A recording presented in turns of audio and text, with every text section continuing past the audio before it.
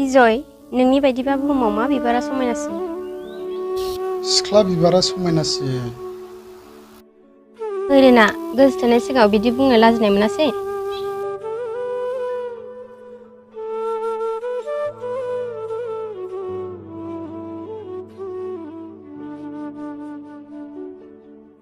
थार बाथ्रा बुंनायावलाय मानिथो लाजिनाय? सिख्लायाखि मालाबा बिबार जाफेरो? सिख्लाफ्रा बिबार नङाब्ला सिख्ला खावनाय केसखौ आदालताव मानो फुलसुरि बुङो? आरो हाबानि उनाव फिसाय थैजायोब्ला रान्दि जायोब्ला हिन्दी बालाफोरा मानो फुलबुरि होनो? सिख्लाफ्रा बिबार नङाब्ला फुलबुरि फुलसुरि सोदोबखौ रावबो बाहायनाय नङामोन। जायनि न'खराव सिख्ला बिबार थाया आरो बे न'खरा समायनाबो जाया। सिख्ला बिबार थायोब्लासो न'खरनि समायथिया मुलुगाव स्रा स्रा बेरखाङो। बेनिखायनो बेनिफ्रायनो फोरमान जायो सिख्ला बिबारानो बे मुलुगाव बयनिख्रुइबो समायनासिन। थेट बायगरा लाजिनोबो रोंथारा। लाजिनाय मान सन्मान आरो समाजारि बान्दो बेफोरो सैथोथिनि बारगा। सैथोआ खालि मिथिंगाल'। मोनसे समाजनि लाजिनाङा मोनसे समाजाव माननिबो बाथ्रा जाहैनो हागौ। आरो दिनैनि जाय बाथ्राया फाफ बेनो बै समाजनि नेमखान्थिनि बाथ्रामोन। दिनैनि जाय बाथ्राया नियाय सानसे बै बाथ्रायानो अयनायमोन। बेनिखायनो दिनैनि गासैबो सुबुंनि सोरजिथाय नेम आयेन गासैबो सैथो नङा, खालि मिथिंगायाल' सैथो। बिजय आं नोंनि बाथ्राफोरखौ एसेबो बुजिनो मोना। औ नों बुजिनाय नङा आरो बुजिनोबो नाजानो नाङा।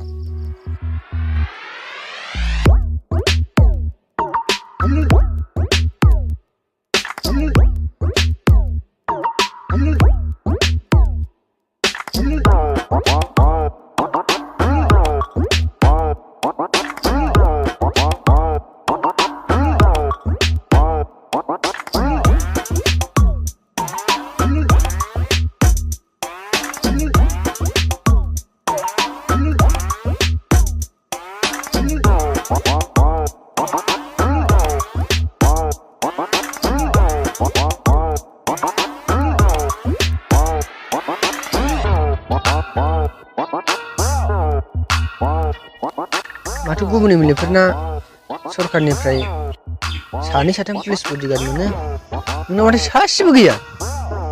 बुरबक मा नों आंखौ गाज्रि मानसि सानदों नामा? आं गोसो जानानैसो बडिगार्ड लायाखै, आंहा रावजोंबो सुथुर गैया। सार दा गैयाब्लाबो उनाव सुथुर जानो हागौ। सोर बिलाय?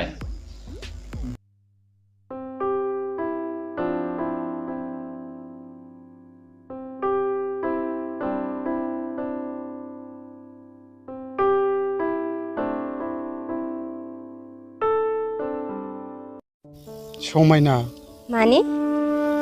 आं सोर बहानि मा मावो नों मिन्थिनो लुबैयो नामा? मानो आं सोर? नों बिजय आरो नों आंनि जिउ। थोद जाम्बि नोमफा एमएलएआ नुसनबा मा जानांगौ? नै आंनाव मा? पिस्तल दं। अब्ला नों?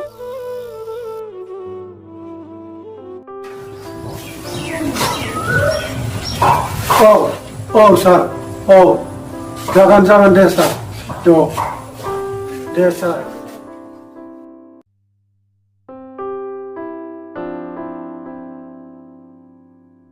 ओइ बिमा ओइ बिमा। मा जाखो? दै गिलाससे लाबोलाय।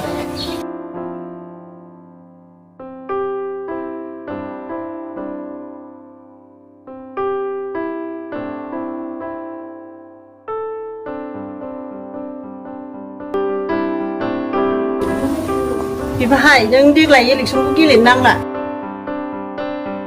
नों खर' गाज्रि जादों नामा? गैया माथो। खर' गाज्रि नङा बिफा, रायजो राजाफ्रा मा बखिगासिनो दं बेखौ आंसो मिथिगौ। बिमा रायजो राजाया मोजां मावब्लाबो गाज्रि मावब्लाबो गेदेर मानसिखौ बखिग्रा थाखायो।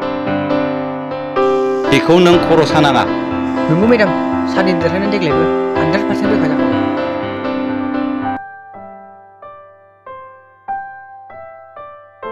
औ सार औ दिनैनो औ हेलौ सार औ दे जागोन दे सार।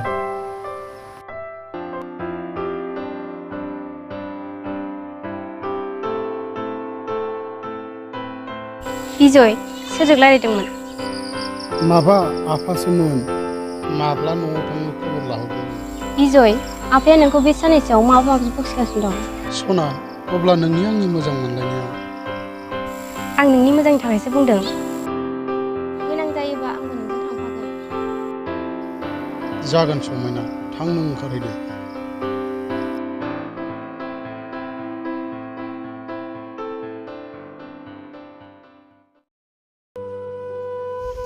समायना नों गथाय जाम्बि आंदि नोंखौ मोजां मोना बेखौबो नों मिथिया आंसो बेखौबो नों मिथिनो लुबैया आंदि हाबा जाखानाय बेखौबो नों मिथिया समायना आं सासे आसाम सरकारनि डिटेक्टिभ आंहा नोंजों जेबो सोमोन्दो गैया आरो नोंखौ जेबो खालामनोबो गोसो गैया नाथाय दिनैनो दानो आं नोंनि नोम्फा MLA खौ एरेस्ट खालामसिगोन आरो जेलाव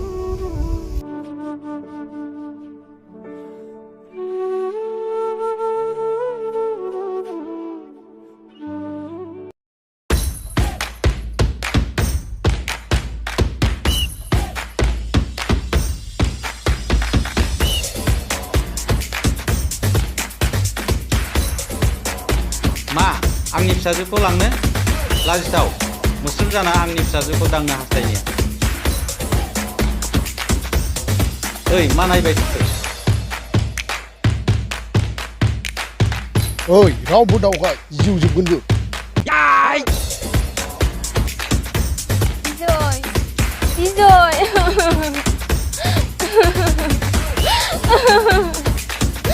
बिजय बिजय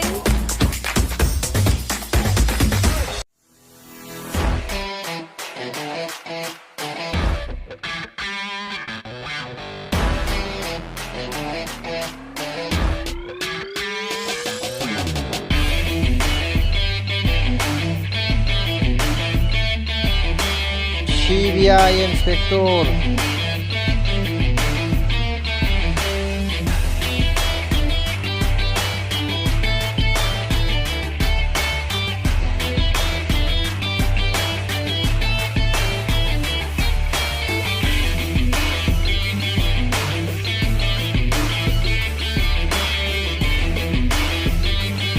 मा आंखौ हमनायनि सिगां बियो दि गोलैना दं मिनिनो ओंखारबाय आं नोंदि सासे MLA जानानैबो एसे जाम्बा नोंखौ हमनो थाखाय जोंदि बिजयखौ फाथायदों नों मिथिया जानो हागौ बिजयआ सोर बिजयआ सासे क्रिमिनेल बिनि आखायाव सिलाइ दं You are wrong Mr. MLA Bijoy is not criminal He is a CBI Inspector of Indian government You understand? Gang, arrest all the criminals. नाथाय मानो? मानोनि फिननाया बेनो 2020 आगस्ट MLA कैंडिडेट मिस्टार रबिरामखौ नों गावनो गंसे पिस्तलजों गावथारदों।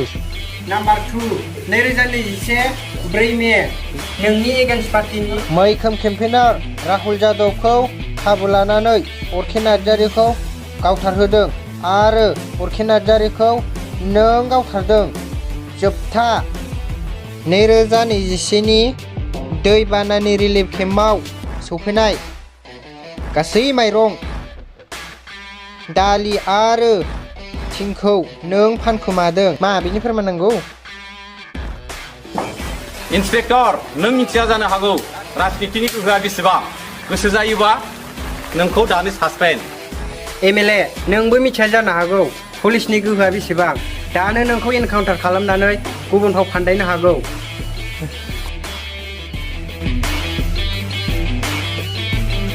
समायना